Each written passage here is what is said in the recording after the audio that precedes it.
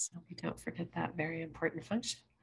And I am going to kick us off tonight for our webinar. Thank you all for joining us. My name is Mimi Enright, and I'm the program manager for the UC Master Gardener program here in Sonoma County. Very excited. We're here tonight with Linda King, who's a Master Gardener, and Clare Nordley from Santa Rosa Water to talk to you about our recent project and we call Climate Forward Trees, as well as tree care and planting, which is especially important. Trees are incredibly important assets in our landscapes. They provide many important ecosystem services. Very important that we're prioritizing them in our landscapes and also preparing for future climate conditions, which is what our Climate Forward Trees project is about. So last fall, Santa Rosa Water approached us. They had become aware of a program through UC Davis that they call Climate Ready Trees, where for locations in Davis and a location in Southern California, they had forecast out climatic conditions in 30 to 50 years. And using a variety of methodologies had looked at what trees would be best to plant now that will be thriving in that future climate. And Santa Rosa Water approached us about doing a similar project. We tapped some of the academic resources that worked on those UC projects and developed a team that developed a tree list for Santa Rosa of climate forward trees to plant now that will be thriving in the projected climatic conditions we'll have in 30 to 50 years. So really excited to be sharing that program with you all for the first time tonight with Linda and Clare. So just a few administrative notes here. This is a webinar, so you don't have, as a participant, audio or video activated. We ask that you place any questions in the Q&A box. I'll be moderating the Q&A after Clare and Linda do their presentations. It's much easier to manage it if it's all in the Q&A box rather than across the chat and the Q&A. So if you put any questions that you have through the program there, we'll have lots of time for Q&A at the end of the presentations. And just a reminder that this webinar is being recorded. We will have a full slide deck for you that also Linda's going to share some background with you on kind of a small select number of the trees on our Climate Forward Tree list, but we'll have a much longer version of that includes background on all the trees. And we'll be sending out an email with this recording and a copy of that PowerPoint after this session to everybody who registered for the event. So just so you know that. Our agenda for tonight, we're going to lead off with Clare Nordley, who's the head of the Santa Rosa Water Department, who's going to spend a few minutes taking you all through current drought restrictions and water conservation programs and rebates available through City of Santa Rosa.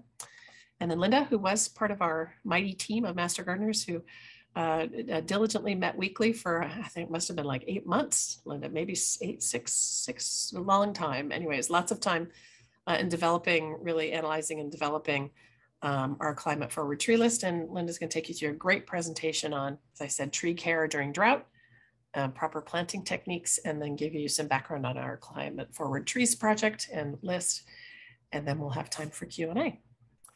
So with that, I'm going to turn it over to Clare to kick us off.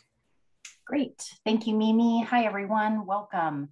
I am Clare Nordley. I'm the Water Use Efficiency Coordinator for the City of Santa Rosa. So I'm going to go over a couple of slides just pretty briefly before turning it over to Linda. First thing I wanted to touch on is we are in a drought. If you haven't noticed, if you've been living under a rock, the City of Santa Rosa has a specific drought restrictions and prohibitions in place because of the drought. We're currently in stage 3 of our water shortage contingency plan of 8 stages. So 8 is the worst, which would be a 50% or more mandatory cutback. So luckily we're only in stage 3 at this point. Obviously, if we don't get rain and we can't conserve enough, we will have to move up in stages. But fingers crossed, we don't have to get to that point. So a little bit about what the stage 3 drought restrictions are is basically it's a collective community-wide 20% mandatory water savings, and that's compared to 2020. So to clarify what that means, it's not for individual people within the City of Santa Rosa. It's a community-wide goal. So some people maybe have already saved as much as they can. They have high efficiency fixtures inside their house. They don't have any grass. They're watering minimally. Those people probably can't cut back an additional 20%. That's okay. Do your best, do what you can, keep up your good work. On the other hand, there may be people who can cut much more than 20%. And so we're asking just sort of as a community-wide 20% mandatory water savings goal. So some of the ways that we're going to get to that is we are requiring that irrigation, overhead irrigation, is limited to between 8 p.m. and 6 a.m. You can run your drip system during the day, and you can hand water with a hose if you have a hose shutoff nozzle during the day, but overhead irrigation has got to be at night between 8 p.m. and 6 a.m. As I mentioned, shutoff nozzles for hoses are required, and we do give them away for free at our city offices, so you can come by anytime and get a free hose nozzle. They're also pretty inexpensive at hardware stores, so you can also pick one up there. We also do not allow washing down of any hard surfaces or power washing unless it's required for public health or there's some specific construction reasons, but both of those are required to submit to us, and we would issue a variance if it is applicable or appropriate. Perfect, thanks, Mimi. And then we do require that restaurants only serve water upon request. Obviously, you can imagine that that's not a huge amount of water savings, but it's to keep drought in the forefront of our minds and just remind all of us that this is a precious resource. So if you go to a restaurant and they don't have signage that's out specifying that they only serve water upon request, please let us know, because then we can reach out to the restaurant and provide them some free signage. And one more bullet point, great, thanks. So hotels and linens are also required to have out signage that says that they'll only change the linens upon request, again, to keep drought in the forefront of our minds. Next slide, please. So in addition to the prohibitions and restrictions I just talked about, we want to incentivize customers to save water. We have a huge suite of rebate programs. We have about 25 rebate programs in total right now. Some of the outdoor ones that I thought might be applicable to this group are listed here. So we do have an irrigation efficiency upgrade rebate. That's up to $300 for a single family homeowner. And basically you could convert from from overhead irrigation to drip irrigation, or upgrade your irrigation timer, et cetera. There's a whole list of irrigation equipment that you could change out for that $300.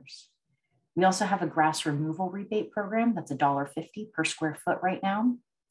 We also have a rainwater harvesting rebate that's 50 cents per gallon stored. And we have a gray water reuse rebate that's $100 per fixture. So before you do any work, always make sure to call us, please, for a pre-inspection, because that is required for all of these rebates and other ones that I haven't discussed today.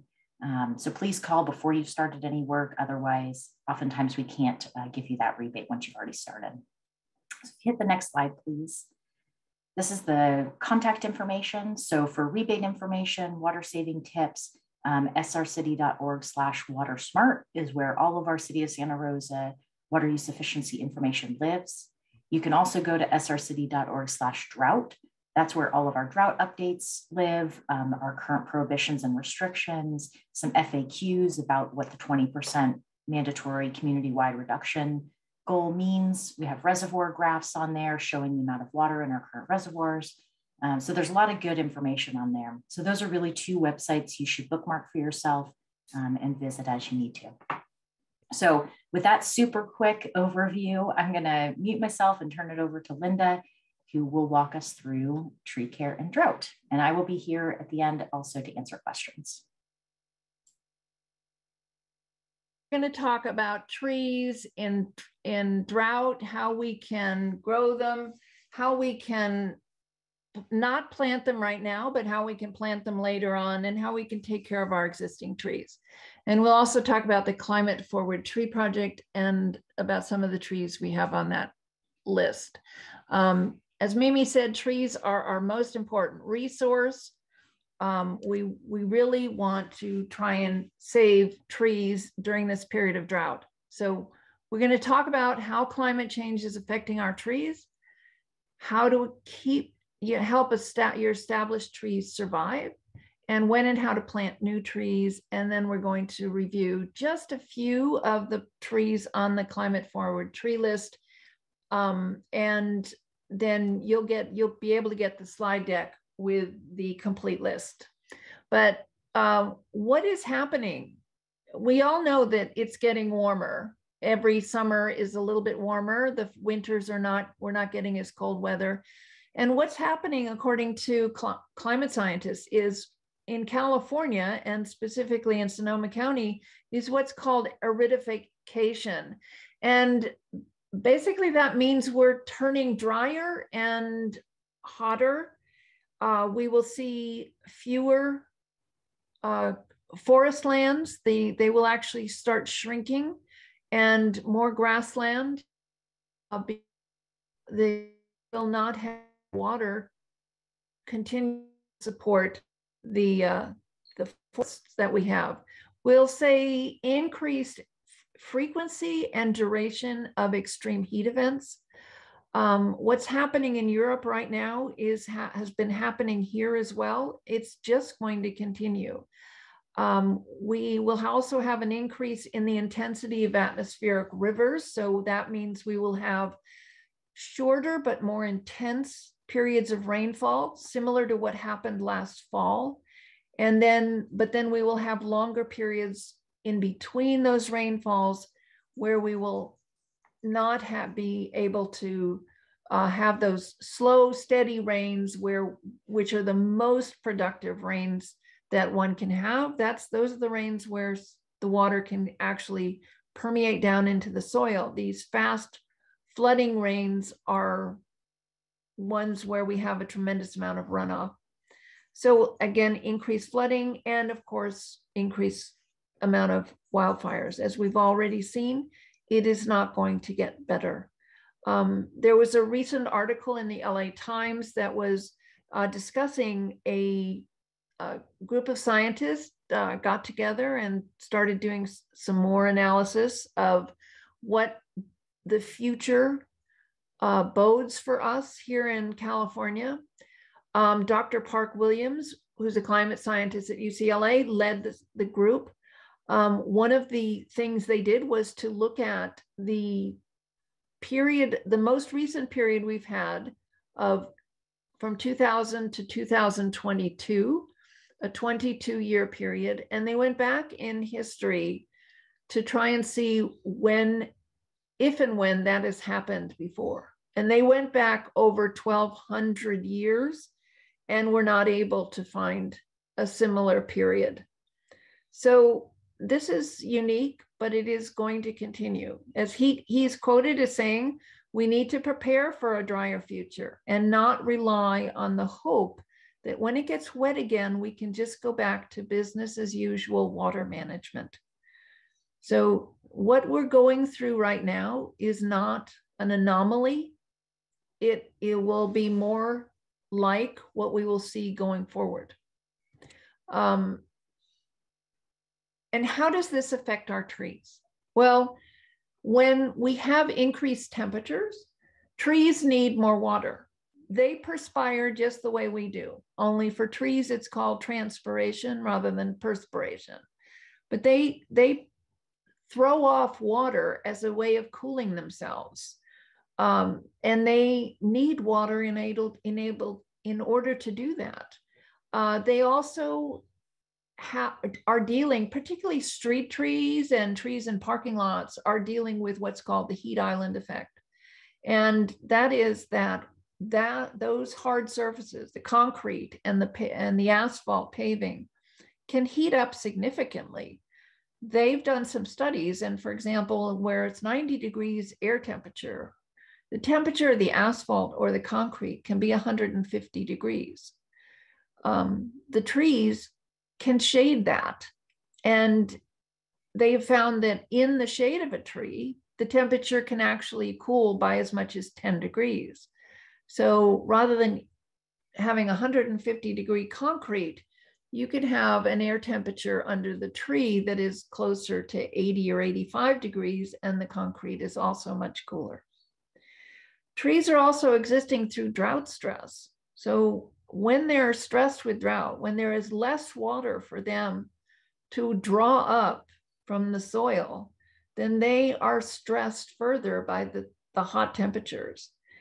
That creates a problem for a tree. They have to then cut down on their metabolism. And we'll talk a little bit more about what the signs of drought stress are for trees a little bit later in this presentation. Another thing that's affected during drought is that pests they've done studies, and most insect pests prefer drought conditions. The reason being, well, they prefer it because it's nice and dry, but they also have, other than other pests, most insect pests are affected by fungal conditions more than anything else. So as a disease. And so in drought conditions, those fungal conditions don't exist. And so pests have a much better or longer life. We also have longer growing season. So as we're warming up, it's not only warmer during the period of the year that we usually have hot. So for example, in the past, we've looked at the growing season as April to May through October.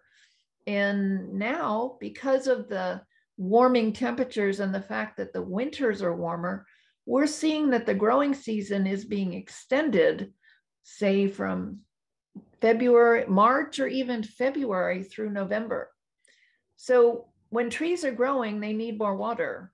When they're in dormancy, they don't need as much water. So they're taking up more water during the longer growing seasons. In addition, the pests have an increased reproductive cycle. So where between May and October, for example, the pine beetle, pine bark borer, the one that's destroyed so much of the pine forests in the Sierras, they've done studies and they found that in the past, those were in a season where it was normally, say, May through October, warm season or growing season, those beetles could reproduce once.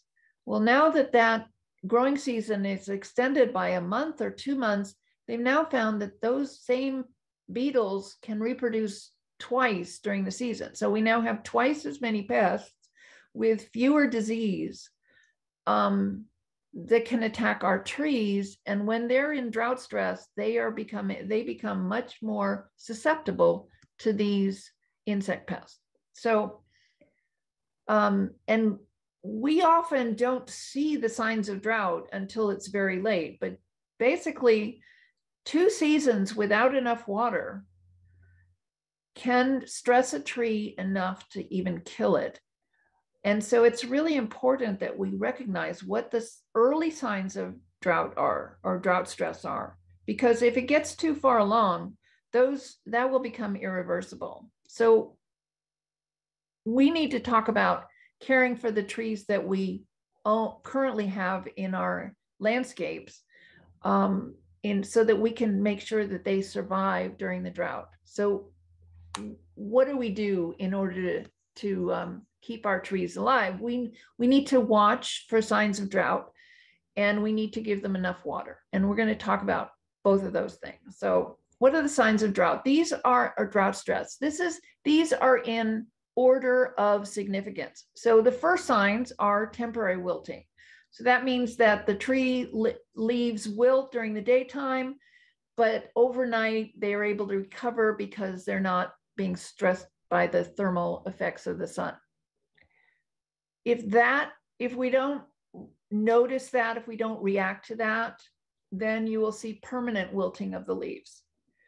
If we don't react to that, then we will see those leaves or needles start yellowing and then falling off. So you will see a gradual loss of leaves or needles on your tree. We will also see slow or no growth. So if you look at the branch, you'll see very little, very small areas of growth or no areas of growth, because that drought stress means that the tree does not have enough water in order to photosynthesize and grow. It's slowing its metabolism, same way that we do when we're under stress. Okay, there also there's an increase in susceptibility to insect pest attacks and diseases, as we talked about earlier.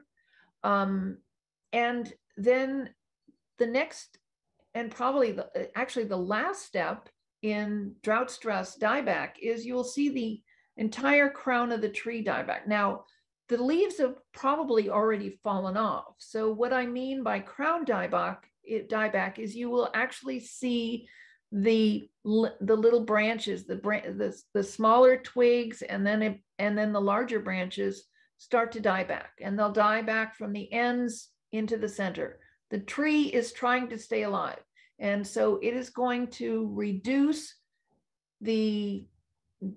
everything that's drawing on it, the leaves, the smaller twigs, and try and keep itself alive. But eventually, if it's under enough stress, it will actually die. But all of this takes a number of years normally to happen. And we will see, hopefully be able to see the signs that will show us, indicate to us that that tree is under stress. However, there are trees, very common trees, that will no longer perform well or even survive. For example, the Redwood Tree, which has become iconic. I mean, we even named our highway after it. Santa Rosa is currently at the low end, or the bottom southern end of the normal growth area, or normal area where that tree lives in California. Most redwoods now are growing north of us. But as the temperature continues to increase, as our climate changes, our climate will no longer be viable for redwood trees under normal circumstances, because there just is not going to be enough water in the soil outside of landscaped areas. So for a lot of us, we don't even know what tree we have. I mean, if we've moved into a house and there's been an existing tree there, we may not even know what that tree is. So how do I identify how much water my tree needs if I don't even know what it is? So there's a couple of ways to look and find out what tree you have.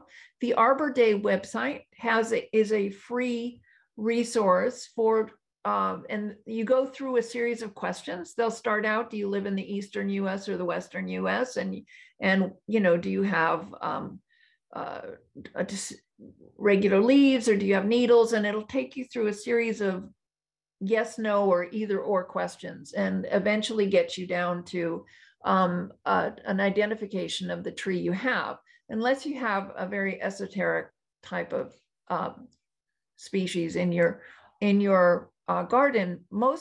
You can usually come up with a good approximation of the tree you have. There also is an app, a very good app called Leaf Snap. It is a subscription. You get a free 3-day, I think it is, trial, and after that it's $5 a month. But it's really good. You just take a photograph of the leaf and the fruit and the bark and a couple of, whatever you can get, and they use that to identify your tree, and it's very, very good. So once you've been able to establish what tree you have, and then we can go and determine how much water that tree needs. There's a couple of resources there. The WUCALS, which is the water use classification of landscape species, is a study that was done. It's been done and revised and updated over the years. A group of scientists at UC Davis got together with landscape designers and horticulturists all over the state and worked on developing a list of thousands of plants that are available in California and what their water use needs are by area. And you can use that to determine, we can determine what area we're in. Luckily, we're in area 1, which is the easiest column to identify. The only thing is you need to be able to have the botanical name of the plant you have, which is usually easily obtained on the internet. If you Google the common name, you can often come up with the botanical name of the plant. The other possibility is the resource as a resource is the Master Gardener's recommended plant list. Many, many, many of the plants that grow in Sonoma County have been identified on the Master Gardener plant list, and it includes their water use needs. So water use is identified by high, moderate, low, or very low. Those are basically the 4 classifications of water use. And we're going to talk a little bit later about what those classifications involve for your trees and watering them. So how do we water our trees? Well, we're going to talk about where to water, how to water, when to water, and how much to water. So let's talk about where to water your plants. People think that watering close to the trunk of the tree is the correct way to water. It makes sense. That's the biggest part of the tree that's close to the ground.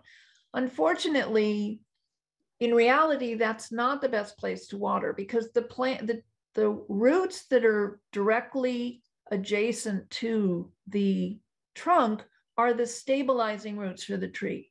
The feeding roots lie out around and outside of what's called the drip line. The drip line is the outer edge, the outer canopy of a tree. So where is the edge of all the leaves, basically? And so for about a foot inside and 3 or 4 feet outside of that is the best area to be watering. So we want to look at that area as the best. Now, in reality, the tree's feeding roots extend 1 to 3 times the height of the tree. So your tree's feeding roots could possibly be in your neighbor's yard or in your neighbor's yard. And they're watering your tree. You're watering their tree. It's a communal effort.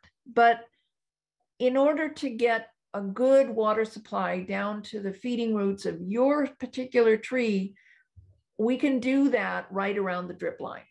Don't have to necessarily go out 100 feet or so. Okay, so what are we going to use? Don't try watering by hand. That tree, the way we water our trees is slow and steady over a short period of time. So we're going to give that tree a nice deep watering once a month, once or every other month. We're not going to water the tree every day, but in order to give the tree enough water, you need to stand there for hours in order to give it enough water. And nobody's going to be able to do that or want to do that. So the best way to do it is to use drip tubing or soaker hoses and wrap them around the tree. We're going to talk a little bit about specifically how to do that. You're going to wrap it around the tree, starting just inside the drip line and working out. And you're going to do several wraps around the tree, 2, 3, even 4 times. They really recommend that you do it 3 times around the tree. Wrap it around the tree, starting just inside the drip line and working out on 1 foot intervals. The reason for that is the irrigation drip line has emitters every foot. And if you space the lines a foot apart, then you're going to be giving the tree a nice, thorough soaking all the way around. Okay. So for further instruction, UC Davis scientists came up with this thing called the tree ring irrigation contraption. And they developed what anybody needs in order to give a tree the right amount of water in the right spacing. And so they have, if you go to this website, and I've listed the URL here, they will go through a complete explanation of how you determine how much drip line you need for the tree you have, what other items you need. They estimate that it costs about $100 for the equipment. And they explain how to put it together and set it up so that you have set it up on a timer connected to a hose and your hose bib. So you can set this to go for the amount of time that you need. And we will talk about that. So when to water? Water in the early morning or late evening hours. This is the time when plants can most efficiently take up the water. And it's another reason why you don't want to water by hand. They're not being stressed by all of the thermal stress of the hot sun. And so they can actually take this water up and use it, store it, and not be having to use so much of it for transpiration right away. However, be aware of the watering time restrictions of your local water agency to make sure that watering your trees doesn't necessarily cause any issues. So, how much water? All right. High water use trees, and you can identify those on Wool Calls or on the Master Gardener site, but it's trees like magnolias, Japanese maples, a few other species similar like that. They need 10 to 15 gallons per inch of trunk diameter. So if you have a tree, relatively smallish tree that's 12 inches in diameter, you will need 120 to 180 gallons of water a month, preferably done all at one time, slow and steady. Okay, if you have a moderate water use tree, and some examples of a moderate water use tree would be normal maples, certain kinds of elm trees, and these will need the same amount per inch, 10 to 15 gallons, but every other month. So half as much water as a high water use plant. And again, you would water it the same way. A low water use tree, and that would be something like a crepe myrtle. We'll talk about that tree as one of the trees later on. They need the same amount of water, 10 to 15 gallons per inch of trunk diameter, but once or twice a season. So again, half as much as a moderate use water tree, or a quarter of the water that a high water use tree needs. Very low water use trees, and an example of that would obviously be native oak trees, the native ceanothus. These would need no water normally in the summertime. When they need to be watered is in the winter. If we are not getting our normal rainfall, we would water these in the wintertime because that's when they are normally watered. And so they prefer not to be irrigated during the summertime. But they, again, would only need some supplemental water. So would need even less water than a low water use tree. So how much to water? Well, there are a couple of ways to get at this. For those who are very good at math and are interested in detailing out exactly how much water their tree needs, the first website that I've listed is a perfect way to go, because you would base your analysis on how big the tree is, exactly how much space it covers, and what type of tree it is, and what the soil's like. If you'd rather get a little bit less analytical about it, you can look at the City of Santa Rosa has their watering recommendations guideline website. There's also an organization called canopy.org where they have a wonderful set of watering guidelines. And in fact, that's where I got most of the guidelines that I've given to you. And the other is Arbor Day has a website on how to properly water your trees.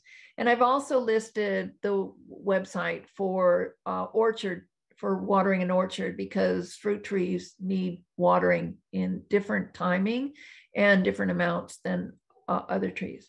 And again, it's very critical that we give these trees this nice deep watering, because trees, their feeding roots can go down as far as 2 to 3 feet in the soil. Now, their stabilizing roots will go down much further, but feeding roots in a tree will exist within the top 2 to 3 feet. So when we're watering, we want to give them a nice deep watering so that we can feed all those feeding roots, because that's where they're going to suck up the moisture. Other issues that we may want to consider are trees growing in lawns. Okay, they have been watered on short duration watering cycles from sprinklers. So they've been watered on an increased number of times and of shorter duration, which is the exact opposite of the way we normally want to water trees, but that's the way they've been watered. So when we shut off the water and let our lawn die, we need to realize that these trees are used to having water more often. They've grown their roots closer to the surface because this is the way that they've been watered. So when we shut off the water, we need to slowly sort of acclimate them to getting water once a month. We can't suddenly move them from being watered every day by sprinklers to getting a deep soaking once a month. We need to sort of give them once a week and then once every other week, and slowly move them to once a month or once every other month. We also have to be aware that trees under stress, as we talked about earlier, are much greater risk of insect, pest, and disease. That's why we need to make sure that they're given the amount of water they need so that they don't up and die on us. We talked about the longer growing season and the reproductive rate. And we have to also realize when trees reduce their metabolism, they are no longer able to produce the toxic chemicals that they have produced in order to sort of push these pests out of their bark or out of the leaves or wherever. I mean, normally trees produce a toxin so that the pests go away, but when they're stressed and they are no longer able to keep up their metabolic rate, they are not able to produce those anti-pest toxins. We also have to stop fertilizing our trees. I know that's a little bit odd sounding, but you have to realize that fertilizers increase a tree's growth rate. They push the tree to grow, and when they're drought stressed, they tend to try and reduce their metabolic rate. So this sort of a push-pull type of thing. So we don't want to increase the growth of the trees. We want to allow the trees to grow slowly during drought so they're not stressed. We also don't want to prune while they're stressed out in drought, because pruning cuts are wounds. And if their metabolic rate is slowed down, they're going to be harder pressed to try and heal those wounds up. And the wounds become susceptible to insect, pests, and disease. So no pruning unless it's absolutely necessary. For example, removing a diseased or damaged limb, but certainly no pruning for aesthetic reasons or to decrease the size of the tree. Okay, after water, the most important thing we can do for our tree is mulch. So mulch creates a wonderful blanket. It keeps the soil from the water from evaporating off the soil surface.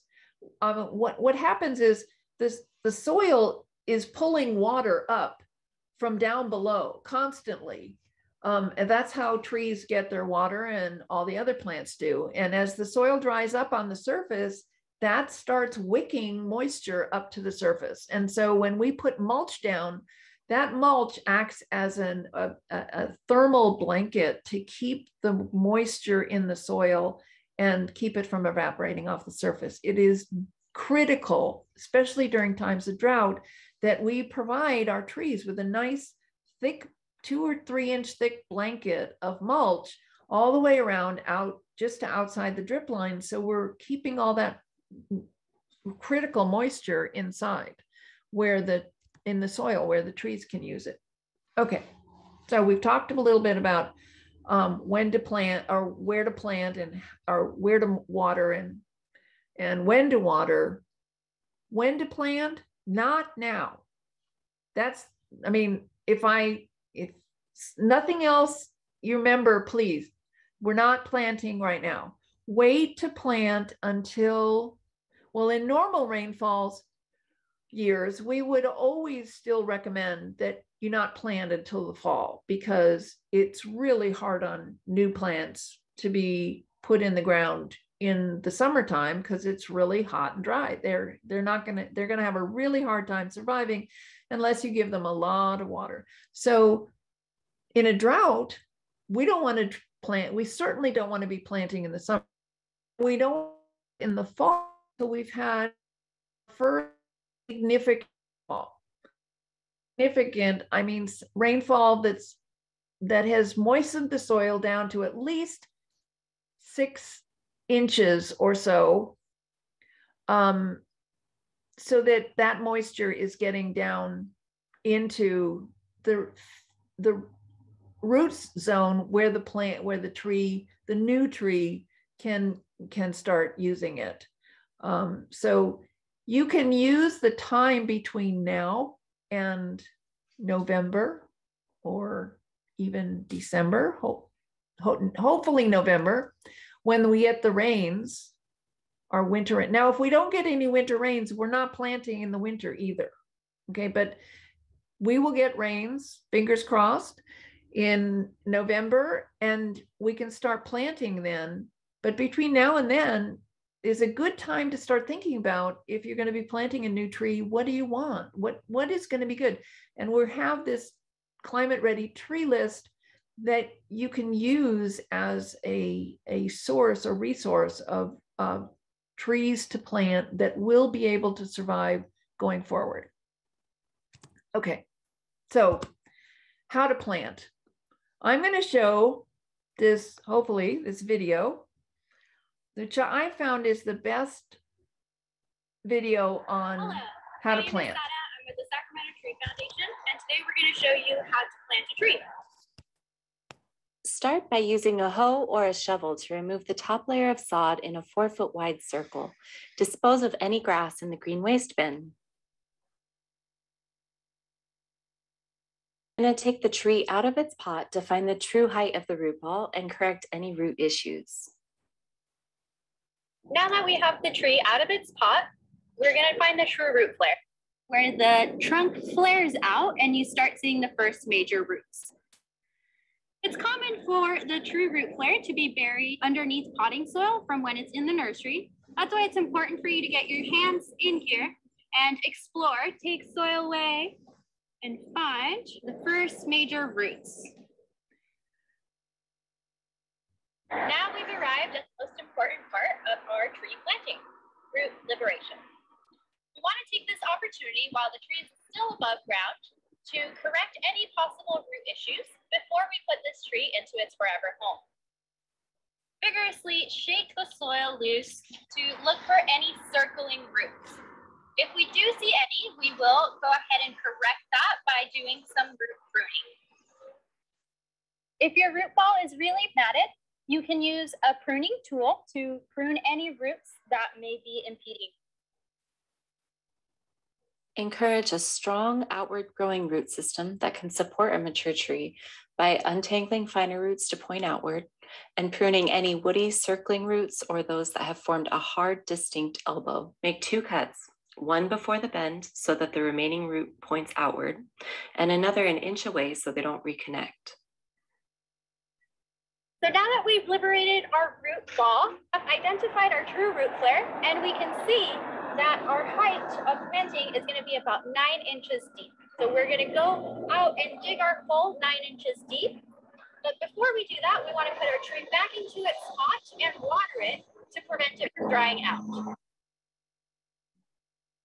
Dig a wide, shallow hole only as deep as the root ball, measuring from the root flare down to the bottommost roots, and about 4 times the width, so about 4 feet wide. Check your planting height with one of the stakes. The root flare should be in the middle of the stake, just above the soil line. This is a critical step, so adjust your planting hole to get it right. Now it's time to back them. So we're going to go ahead and put out all the soil that we took out earlier back in. Do not add any store-bought soil, fertilizers, or amendments.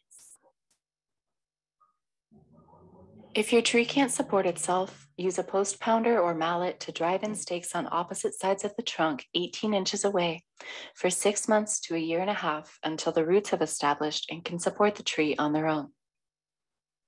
For our last important step in tree liberation, we're going to free this trunk from the nursery stake. This stake can support it during transportation, but once the tree is in its forever home, it's important to remove this so the trunk can be exposed to wind.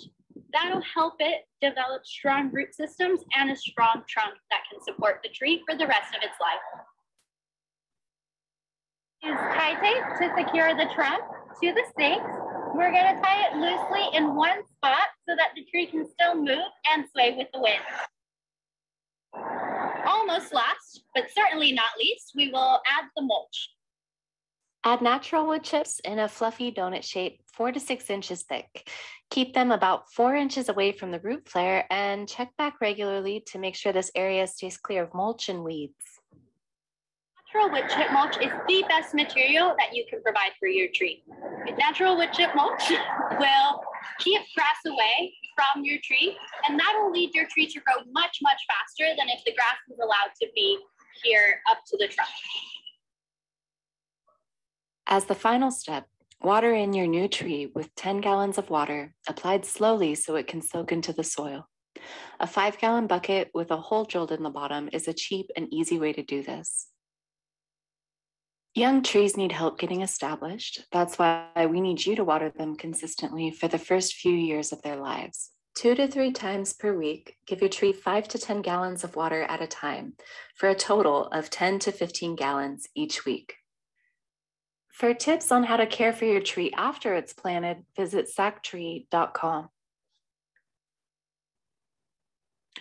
Okay, and for those of you who are getting this, the slide deck from Mimi afterwards, I have listed on those decks the URLs for this for this video in both English and Spanish on the slide, so you can certainly go to that website when you're ready to plant a tree and get the instructions there. They're also listed here down the side of this slide. So it's pretty straightforward presentation on how best to plant a tree. It's really critical that, number one, that you cut out all those circling roots. I know it sounds really horrible to be cutting all those roots, but in the end, it will certainly give you a much happier tree and a tree that'll last longer. So the Climate Forward Tree Project that Mimi mentioned and Claire mentioned earlier was a project that was, again, as she mentioned, requested by the city of Santa Rosa. And we went to several scientists here in California, well-regarded scientists. Igor Lacan was very, very helpful. He is an urban forestry guru, and he actually developed this substitution of space for time. And what does that mean? Is there a city with a climate that is predicted for my city 50 years from now? And so we actually, the group that was developing this tree list went to Igor and looked for what is a city that has a climate now that is similar to the climate that is estimated for Santa Rosa by 2050, 2075. And we realized that city is Paso Robles. So the way Paso Robles is now is the way we will be in the next 50 years. So we looked at what drought tolerant trees thrive in Paso Robles and also thrive here in Santa Rosa. because there's no point in planting a tree that will thrive in Paso Robles if it will not live in Santa Rosa right now. So we had to find trees that could bridge both climates. And so that was how we developed the list of trees. They had to be drought tolerant. So the key criteria for this was drought tolerance. They had to meet the criteria of being either low or very low water use on woocalls. They had to have temperature tolerance because, again, we're asking them to bridge the two climates of Santa Rosa and Paso Robles. They had to be pest resistant, damage resilient, and we gave highest preference to native species because they are more able to adapt to our specific type California Mediterranean climate, which is different than other Mediterranean climates. We also gave we had other criteria: nuisance factor, maintenance requirements, and habitat friendliness, but those were given less weight than the first 5 criteria. So using these criteria and the climate space for time look and in determining the type of climate we will be looking at, we developed what's called the Santa Rosa Climate Ready Tree List, which is available at the website listed at the bottom of this slide. And it's a list of 21 trees, which are drought tolerant, very drought tolerant. And I'm just going to go through a few. And the ones that we're looking at are all readily available at nurseries here right now. So the Arbutus Marine is an evergreen tree. It's a wonderful tree in part because it has these beautiful flowers in the early spring, and it has this lovely red fruit, which is tantalizingly beautiful, looks like these round strawberries. The good news is that they're completely edible. They're not particularly tasty, but they are completely edible. So for people with children who love to grab onto things and eat them, this tree is one that you can have safely in your garden. It's got distinctive red peeling bark. It is a cousin of the madrone, so it has that same type of bark. It's very versatile. It can be used as a street tree, a patio shade tree, or as a unique specimen in your front garden, for example. Another is the Chinese pistache, the Pistachio Chinensis. We're recommending the Keith Davies specific cultivar because it's a male cultivar and it doesn't produce pollen. So it reduces the maintenance requirements on the tree. This is a wonderful tree to use as a substitute for a maple, for example. It has beautiful fall color, and yet is very, very drought tolerant. It's a low water use plant per woocalls. And again, this will work as a beautiful street tree or as a shade tree. It also works on larger properties. Next, we have the frontier elm. This was developed specifically to be less susceptible or low susceptibility to Dutch elm disease. It's a low water use plant. Again, another plant to possibly use as a maple replacement, beautiful fall color. Again, works as a street tree, shade tree, or a plant on a large property. Those are just a few of the larger trees. Now we're going to go into we call the medium-sized trees.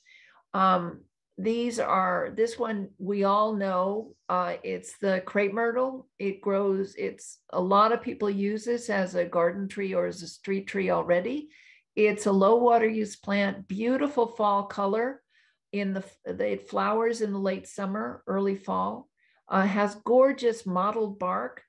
The only thing we do recommend is that you purchase it in flower. So you would need to purchase that in the mid fall in order to make sure if you want to make sure that you have a specific color. For example, if you're putting several of them in the front as street trees, you may want to have all one color. And just to be safe, you purchase it when it's in flower. Again, a great tree for multi-purpose tree. The olive, the Swan Hill olive specifically, it is a specific cultivar that was made. It's the only truly fruitless variety, so it can be used around patios because you don't have the problem of dropping fruit. It can be used as a shade tree or a street tree. It needs no summer water once it's established, so it's truly a very low water use plant. Beautiful silver gray foliage. The Carolina Laurel cherry is a Texas native, but it is a low water use plant. It tends to be a little bit more upright and narrow than many of the other trees. So if you need something that isn't quite as wide, this is a perfect tree. Because it's in the cherry family, it has these beautiful, lovely flowers in the spring that attract lots of bees. Birds come in the summer because of the fruit. The fruit is edible. It is not particularly tasty, but it's like humorous birds to be young to into a tree because it can also work as a shrub. Again, a very versatile tree. Now we're going to go into the small category, or these are primarily plants that we could use as specimen or focal points in the garden. Oftentimes when we're removing a lawn, we need, what do we replace it with? Well, a lot of times like a focal small tree can be used as a point of interest in the garden, and with some ground cover around it. So this is the native Manzanita. This one is actually native to Santa Rosa. Its native growing area is a small growing space between Santa Rosa, Windsor, and Sebastopol. Of course, it grows much further in landscapes, but it's a low water use plant. Beautiful mahogany bark, as you can see in the photograph. Very early spring flowers are critical nectar source to native bees and insects. So it's a great plant to put in the garden just for that reason. Has beautiful berries on it in the fall, which the birds love. It's slow growing, but is absolutely worth the wait because it's a gorgeous, gorgeous plant. Evergreen, so it doesn't drop its leaves. Ceanothus, there is a ceanothus that grows up to 20 feet. It can be purchased as a tree form.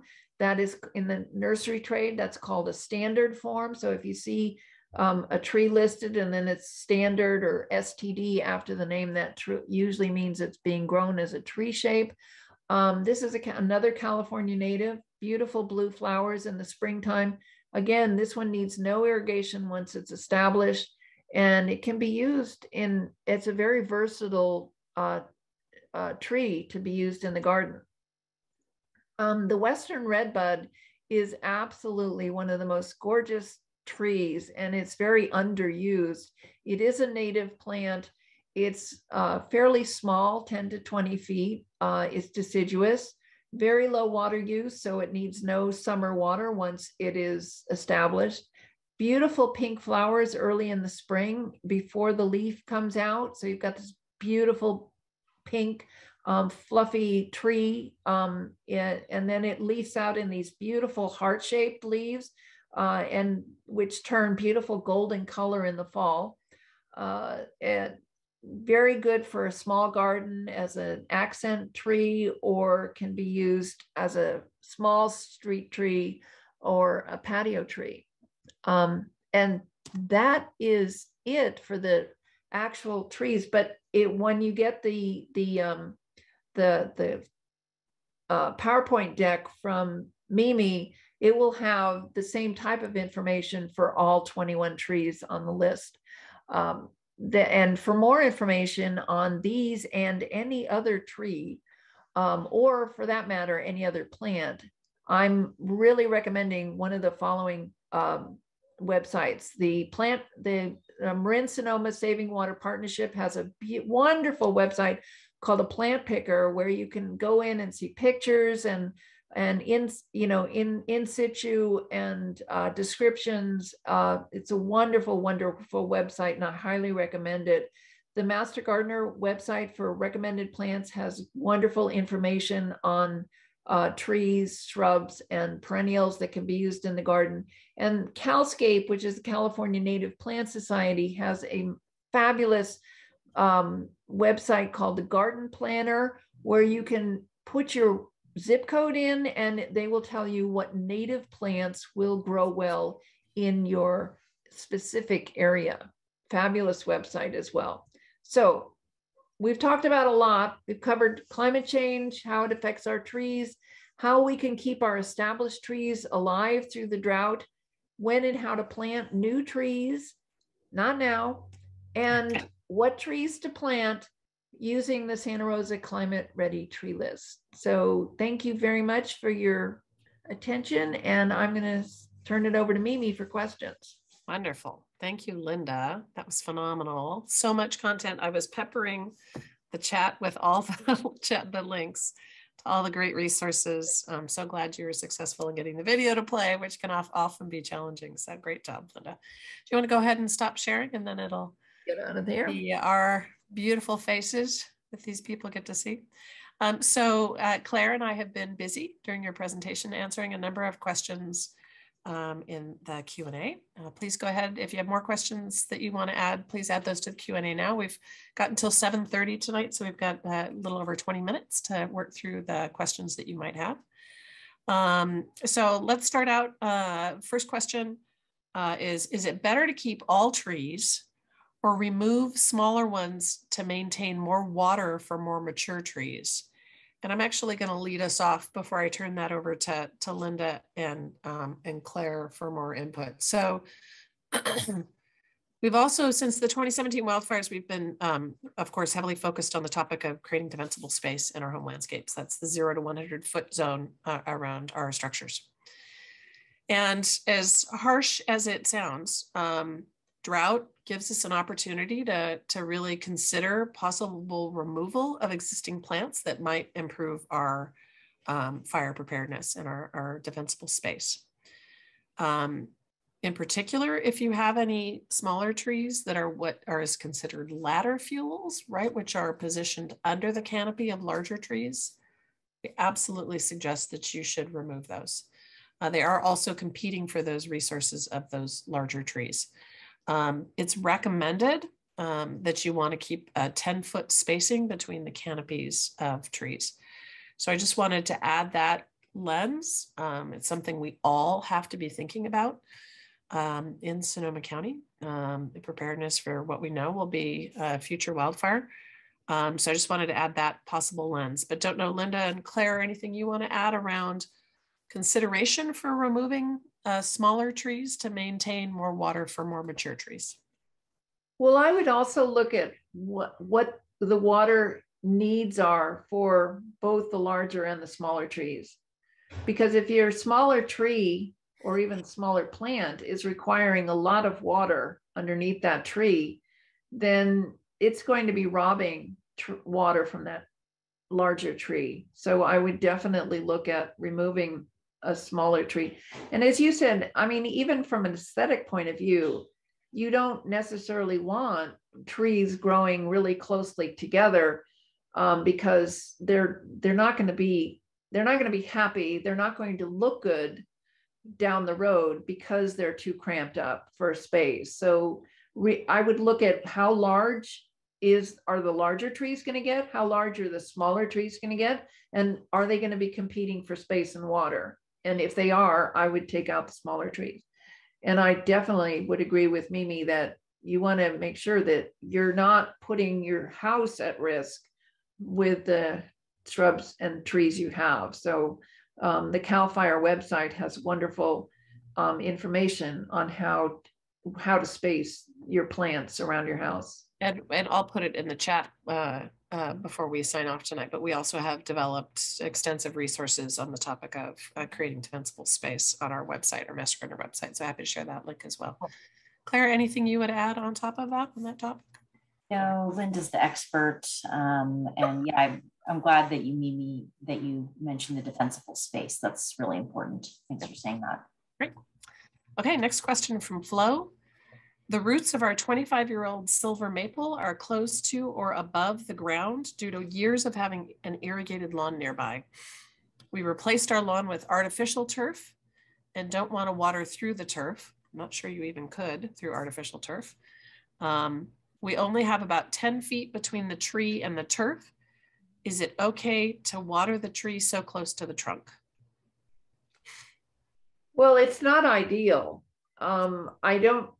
I think you are going to have a risk of losing or having that tree struggle going forward, because you're not going to be able to water around the drip line, which is the critical watering space. That being said, you don't really have a lot of options. So I would water as far away from the trunk as you can. But you're going to need to still water that tree. Maples need a significant amount of water. I don't know how old the tree is, and how much, how big it is, but I think you're going to have to do the best you can with what you have. But I definitely would give it the same amount of water that it needs, but just do it as far away from the trunk as you possibly can. I don't know if you have anything else to add, Mimi. I think you covered that really well, Linda. Okay, next from Sylvie. We have mature redwoods and 2 giant sequoias, large but not yet adult, that we don't water. Should we be watering them? And I will say, redwoods was a popular topic. I did add a link in the chat. We have a forestry advisor here in the North Bay, Dr. Michael Jones, who works both in Mendocino and Sonoma counties. And he created a wonderful 5-page resource because so many people were concerned about what they see as decline in redwood trees. And there's a number of possible sources for that issue. He also gives some care and maintenance recommendations. I did answer that in the Q&A, so you'll see that in the answered section, the link there, and I'll make sure I throw that in the chat as well. I'm going to have to stay on top of my chat management. But Linda, anything else you would add on considerations for watering the mature redwoods and the 2 kind of not yet established and adult giant sequoias that they're currently not watering? Well, I would watch them for drought stress. I mean, if they start dropping needles, then they're telling you loud and clear that they're not getting enough moisture. I mean, many of these trees have developed through the years ways of drawing moisture up from deeper down. And if they have located a water source, then they're okay. But just watch them. That's really the only thing I can recommend at this point, is just keep your eye on them and make sure that you don't see significant needle drop, which is going to be your wake-up call that you need to water them. Great. Thank you, Linda. Okay. I would add that redwoods are typically shallow rooted, especially their feeding roots. So they'll tend, oftentimes people say, why can't I grow anything under a redwood tree? And it's because the redwood tree will out-compete any other plant for the water that's available. They're very good at stealing the water from any local plants in proximity. Okay. Excuse me. Next question. Shouldn't you use light colored mulch to reduce heat absorption and water evaporation? Do you have any thoughts on that, Linda? Well, I mean, everything that I've read and everything that I've all the knowledge that I've been able to gain on this is that you really want to use a mulch that is going to be sustaining for the plant as well as sustainable. So wood chip mulch or some kind of a natural composted mulch of some kind is going to be much more useful for the plant, because as that degrades in the over the months and years, it's providing a food source for the tree. So I think it's much better to use a natural mulch rather than something like rocks, which unless you're close to the house, within the 5 feet zone of your house, where you want to put a rock mulch down, and elsewhere I would recommend using a natural mulch because it's natural fertilizer. You have anything to add, Mimi? No. Claire, any other thoughts on mulch? Yeah, just I think any mulch is better than no mulch. So even if it is darker, I still think that's better than no mulch. The water conservation benefits are enormous, as well as soil building is so important with mulch. So I'd rather have dark mulch than no mulch. Okay, next question from Jennifer. This question isn't so much about watering my trees, but I have a question about suckers from trees that have had to be removed after the Tubbs fire. We had 3 large camphor trees, and we are still plagued by suckers coming up into the yard from the tree roots. Do you have any suggestions on dealing with these suckers? Linda, any thoughts on that? Cut them out as soon as you see them. Yeah. That's really the only way. You have to starve the roots. See, I mean, you may have cut down the tree and it may have died above ground, but the tree roots are still alive. And they're trying desperately to send up something that's going to have some green leaves on it so it can start photosynthesizing again. So you have to starve it from the ability to photosynthesize. Unless it's regrown and they just have sucker management issues. But it's interesting. I'm not sure if you didn't have sucker issues before the fire. I'm not sure. Maybe the stress of the fire is prompting the tree to have to go into defensive mode. That's an interesting observation that I've not heard before. That's because it's having, if is stressed, then it will sucker in order to survive. Okay, next question from Sandy. Great question. Does the Trix system have a way to measure the amount of gallons used? If not, how is it done? Yes. The Trix system, it uses inline emitter tubing. And the inline emitter tubing is spaced every foot, and it has ½ gallon per hour emitters. So it's 1 emitter per foot. So if you're using 100 foot, you've got 100 emitters. You got ½ gallon each. That means you're putting out 50 gallons an hour using that tubing. So yes, you have a way of calculating. In fact, they have a little Excel mini spreadsheet that you decide, you tell them how big the tree is, and they'll tell you how much drip tubing you need. Perfect. Thank you, Linda. Okay, next from Sylvie. Would you have a recommendation for a small tree to grow close to an oak tree? Want to tackle that one, Linda? Is this a native oak? I'm going to assume that's a yes. And I imagine so too. I would say I would not plant any other tree certainly within the drip line of the oak tree. And I would try to you don't want to plant anything close to that oak tree that is going to have different water requirements. And the oak tree, being a native tree, only wants to be watered in the wintertime. So if the tree that you're looking at only wants to be watered during the winter, then you could plant that outside the drip line of the oak tree, but certainly nothing underneath. Do you have anything to add to that? No? Nope. I should do that perfectly. Anne asks, water for crepe myrtle, is it low or is it very low water use? Do you know? Very low water use plant. So what they say in for that plant is that it only needs to be watered very infrequently, which means probably once during the summertime you may need to give it some water, but they'll survive very well without water. So they're good. Teresa asks, is there any difference between Santa Rosa and Windsor in terms of climate future and good tree picks? Very little. In fact, there are the CIMMYS weather stations that they list for Santa Rosa. One of them is actually located right outside of Windsor. So I think they're virtually the same. Yeah, I think you're pretty safe using any of the trees from our climate forward trees list in Sonoma County. The key characteristic that we honed in on as we were doing the climate projection was average mean high temperature. So certainly I live up in Cloverdale. Our mean high temperature is going to be higher than it is in Santa Rosa.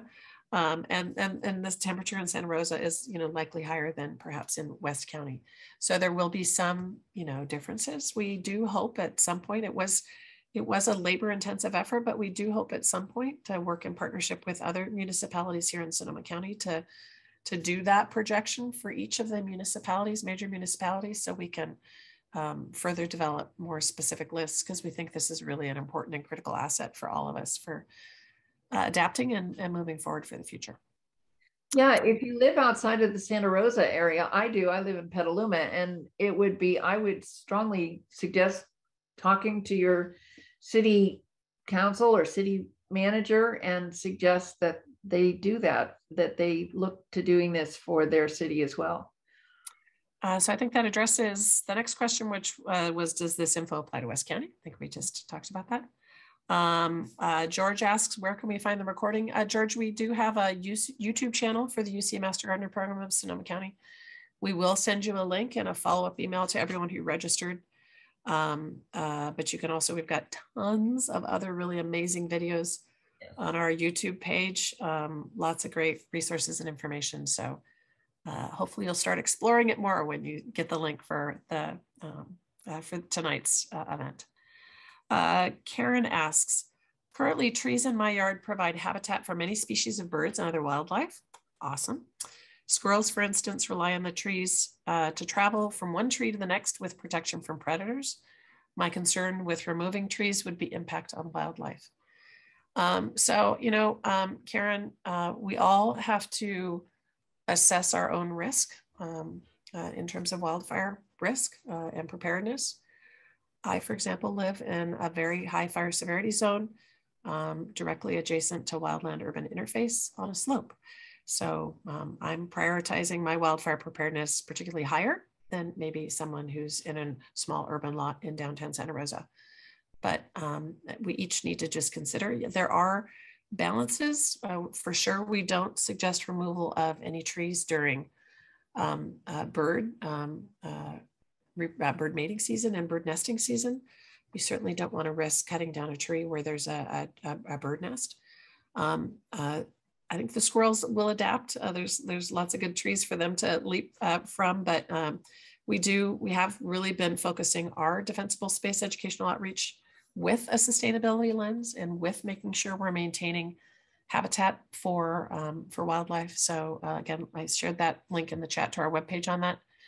We also have, if you go to our webpage, a calendar. We've got an upcoming defensible space we call our outreach resilient landscaping. We have an upcoming workshop that's going to be tailored for the southern Sonoma County area, but it applies to everybody in Sonoma County.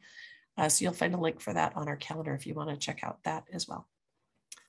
Okay, Sherry asks, do dwarf versus regular trees fall in different water needs categories? I have a 2-year-old little gem magnolia. Generally, yes, in the sense that their trunk diameter is never going to get as large. So remember, we base the water needs on the diameter of the trunk.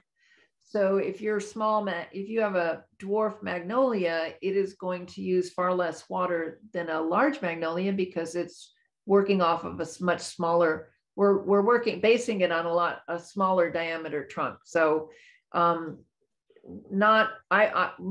was basing everybody off of a 12-inch diameter trunk, but it depends on how big the trunk of your tree is as to how much water it's going to need. Okay, Linda, Lois asks if you can talk to the difference between drought stress and normal leaf cycling in evergreen trees. Okay, normally a tree in an evergreen tree will normally drop no more than 30% of its leaves during any one year. And they will drop them through the year so that every 3 or 4 years, the tree is completely recycling its leaves. But if you're seeing leaf drop greater than 30%, you have a drought stress situation. So you'll see a far greater leaf drop during drought stress. Okay, 3 more questions. We're coming up on time. We've got about 4 more minutes. I think we'll be able to get to all of them happily. Sylvie asks, we were gifted a 20-year-old ginkgo, which is still in a 5-gallon pot. Yikes, 5-gallon pot for a 20-year-old ginkgo. I was thinking about planting it in my yard during the winter. Is this a good idea? I would take a look at the roots in that 5-gallon pot before you consider planting it out. Remember, in the video, they said it's very important to make sure that you don't have circling roots, because those circling roots will eventually completely constrict the tree and will kill the tree. So I would definitely look at that. You may have to do a lot of serious pruning on the roots in order to be able to plant it. And it may not be feasible. And if you're going to plant it, definitely in the winter after significant rain, and make sure you understand the mature size of a ginkgo tree and give it the space it needs, because they get pretty large. Huge, yeah. So Linda, Kim noted that on your slides on specific trees that the redbud trees indicated weekly watering. Was this just when initially planted? Otherwise, weekly does not equal low water use. Was that? I didn't catch that. I didn't see that on the slide. I'll go back and make sure that it's corrected if there is an issue. Any tree, it did mention during I think during the video, that you want to water new trees once a week. I mean, that's the other reason why you don't want to plant during summer, is you need to put a lot of water in to keep those trees alive and growing. So when they're newly planted, any tree, whether it's a very low water use plant or a high water use plant, they're going to need to be watered weekly for the first season. And then you can gradually, over the next 2 or 3 years, reduce that watering to what's considered normal for a mature tree, a deep watering once a month or once every other month or one couple times a season. But you're going to need to water that tree a lot for the first 3 years, regardless of how much water it needs. And lots of thank yous. Thank you, Linda. Great job on the presentation. Last question is, aren't crepe myrtles rather messy? Be careful where one plants it, ? I have not seen that they do sometimes hold on to their flowers, and they will litter that. They do drop their leaves. They're deciduous, semi-deciduous trees, so they will drop their leaves and their flowers. But I don't see them as any messier than most other deciduous trees. Okay, that was it for questions. Any closing comments, Linda or Claire? I just want to say that's a personal choice. That's why it's often, we really recommend that you research the trees you're going to put in. If you're going to plant a tree, this is not something you're going to rip out in 5 or 6 years if you don't like it, which you can do with a perennial or even sometimes with a shrub. Trees are forever. And so, or close to forever. And so really do your research before you pick the tree that you're going to plant. Make sure it's the one you really want, in the right location for it, and the right amount of space. Claire, any closing comments? Yeah, just that I want to emphasize trees are so important that they are worth prioritizing your water for. So if you have grass, this is the time to remove it and lay down sheet mulching. You don't need to plant at this point, as we've mentioned many times during this presentation, wait until the fall. But your trees are worth the water. And I can say that coming from a water conservation expert. So it really means something. Please do water your trees. It's important to the city of Santa Rosa, the culture and our lifestyle here. It's important to reduce the heat island effect. And so, please do think about watering your trees, especially, and encouraging watering during drought. Absolutely. And that gives me a great opening to plug our Garden Sense program, which is a partnership with Sonoma Water, where you can sign up for a visit for a pair of master gardeners to come out to your home and consult with you on lawn removal, irrigation conversion from spray to drip, low water use plant recommendations based on your specific site conditions. Claire was one of when she was back at Sonoma Water, was one of the ones who helped us create that program 9 years ago. We're very proud of the program. It's a really important resource. It's helped save conservatively, from Sonoma Water's estimates, over 52 million gallons of water since its inception. So it's a wonderful resource. You can click on the link on our webpage and request a Garden Sense visit. Linda happens to be a Garden Sense consultant, so you might be lucky enough to get Linda to come out to your garden. And thank you, Claire, for those closing comments. Trees are really important for us to prioritize. They provide so many important services. We're really thrilled with the partnership with Santa Rosa Water to develop this climate forward trees list. It's definitely the wave of the future of what we all need to be doing, and look forward to hopefully replicating that across more geographies in Sonoma County, and that other Master Gardener programs around the state do a similar thing. So thank you everybody for joining us. Watch for our email with links to the video and the PowerPoint and all those wonderful website resources we shared, and really appreciate your taking time out of your busy calendars to join us for this session. Thank you. Thanks everybody. Bye, everyone. Good night. Thanks, Mimi. Thanks, Linda. Thanks a lot. Bye-bye. Bye.